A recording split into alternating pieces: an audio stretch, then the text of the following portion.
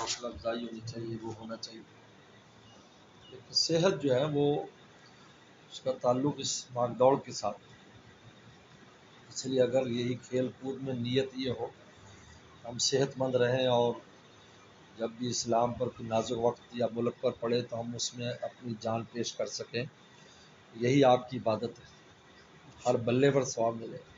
نیت یہ ہو کہ ہم صحت مند رہیں بھی کسی وقت بھی، یعنی ہر مومن ہر وقت ریزرو مجاہد، ہر مومن. اور آپ نے فرمایا پیغمبر سلام نے کہ صحت مند مومن اللہ کو زیادہ پسند ہے کمزور مومن سے.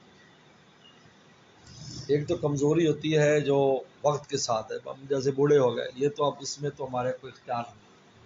لیکن ہوتا ہے کہ جوانی ہے، عمر بھی اتنی نہیں، پھر اپنی صحت کو خراب کرتا ہے، یہ اللہ کو بہت ناپسند ہے. وہ وقت اس کو کسی وقت بھی وقت پڑ سکتا ہے. وطن کے لیے، اسلامی وطن کے لیے جان دینا بھی اسی طرح شہادت ہے جس طرح دین اسلام کے لیے دونوں برابر ہیں. اس کی حفاظت بھی دراصل دین اسلام کی حفاظت ہے. اس لیے بس نیت یہ ہو کہ بھئی ہم نے صحت مند رہنا ہے، اس لیے تاکہ کبھی بھی کوئی مشکل وقت آئے ہم اسلام کے لیے اپنی افواج کے اور اپنے ان کے شانہ بشانہ لڑ سکیں. اس لیے اور پیغمبر سلام نے دعا میں بھی سب سے پہلے صحت مانگی. اللہم انی اسألک الصحۃ، اے اللہ میں آپ سے صحت مانگتا ہوں، والعفۃ، اور پھر گناہوں سے بچنا مانگتا ہوں. یہ دو باتیں عجیب ہیں، ان کا آپس میں بڑا جوڑ ہے. کیونکہ انسان کو صحت ہوتی ہے تو پھر نالائقیاں کرتا ہے، پھر وہ گناہ کر چھوڑ دو، بس کوئی نہیں، بیٹھ جاؤ آپ، بس آپ لوگ بیٹھو. تو پھر جب صحت ہوتی ہے تو گناہ کی طرف جاتا ہے. کیونکہ جو آدمی بیمار ہے ان کو تو گناہ کی سوچ بھی نہیں آتی. لیکن صحت مند نے فرمایا صحت بھی دے اور گناہوں سے بچنے کی توفیق بھی دے. تب آپ کی صحت اور آپ کی جوانی اللہ کے ہاں قیمتی ہے، جب اس میں عفت اور پاکیزگی ہو. اس لیے اس کو پیغمبر سلام نے دونوں چیزوں کو جوڑا، صحت والعفت، صحت اور عفت، پاک دامنی بھی ہو اور صحت بھی. اس لیے صحت کا جو اسی وجہ سے ہمارے ہاں جو اصل علوم ہے وہ دو ہی ہیں. ایک علم الابدان، علم الادیان. علم الابدان بدن کا علم، اس کو کیسے صحت مند رکھنا، اور علم الادیان دین کا علم. کیونکہ بدن ٹھیک ہے تو دین پر بھی عمل ہوگا. نماز صحیح پڑھیں گے، ہمارے جیسے بڈھے تو سجدہ بھی نہیں کر سکتے. آپ صحیح سجدہ کریں گے، صحیح نماز پڑھیں گے، روزہ صحیح رکھیں گے، حج عمرہ صحیح کریں گے. ہم لوگ اگر ہوں گے تو ہم لوگ تو کوشش کریں گے بھی رخصت پر عمل کریں. اس لیے علم الابدان اور علم الادیان جو ہے اس کا آپس میں بڑا جوڑ ہے. ابدان اور ادیان کا، دین کا علم اور بدن کا علم. اس لیے ہم کہتے ہیں یہ دونوں شعبے خدمت کے ہیں. یہ ڈاکٹر جو پیسے کماتے ہیں نا بہت زیادتی کرتے ہیں، یہ پیسوں کے لیے نہیں ہے، یہ تو اس لیے ہے کہ آپ خدمت کریں. بولی سینا بہت بڑا ڈاکٹر تھا، بلکہ ڈاکٹروں کا ابا وہی ہے.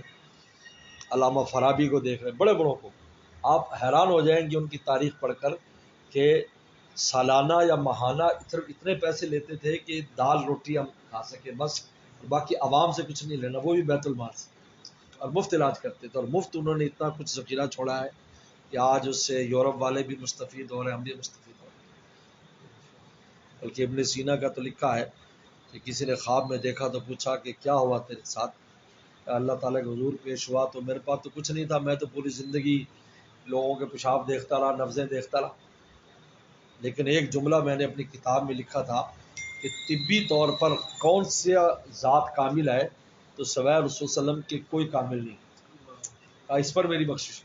اللہ، یہ بڑے اہم مطلب ہے کہ اس وجہ سے ہمیں بہت اچھا لگتا ہے اور ہر جگہ ترغیب دیتے ہیں. دنیا بھر میں جہاں بھی میں انگلینڈ کے دورے پر تھا، ابھی 1 مہینے کے لیے میں انگلینڈ گیا تھا، جوانوں سے ملاقات ہوتی تھی، فٹ بال کھیل رہے ہیں، بہت خوش ہوتے تھے کہ آپ بڑی ترغیب دیتے، پوچھتے بھی ہاں بھائی میچ جیتا یا ہارا تم نے.